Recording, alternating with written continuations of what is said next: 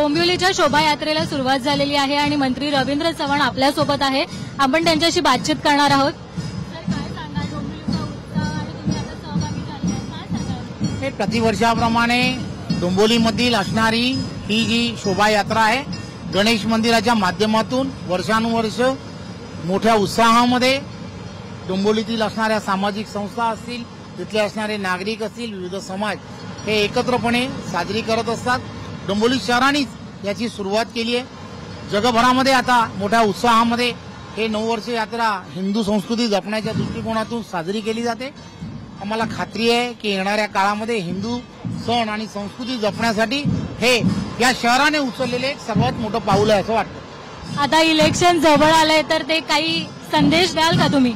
हे आपल्याला या पूर्णच्या पूर्ण यात्रेमध्ये अनेक संस्थांनी लोकशाहीने दिलेला जो अधिकार आहे मतदानाचा, नागरिकांना दिलेला जो अधिकार आहे तो बजावला पाहिजे, 100% मतदान करायला पाहिजे असा संदेश अनेक चित्ररथाच्या माध्यमातून देण्यात आलेला आहे। ओके, टाइम्स नाऊ कडून तुम्हाला गुढीपाडव्याच्या खूप खूप शुभेच्छा। आपल्यालाही आपल्या माध्यमातून मी तमाम महाराष्ट्रातील जनतेला या गुढीपाडव्याच्या निमित्ताने खूप खूप शुभेच्छा देतो। हे वर्ष सर्वांना सुखाचं, समाधानाचं आणि समृद्धीचं जावो। Thank you sir.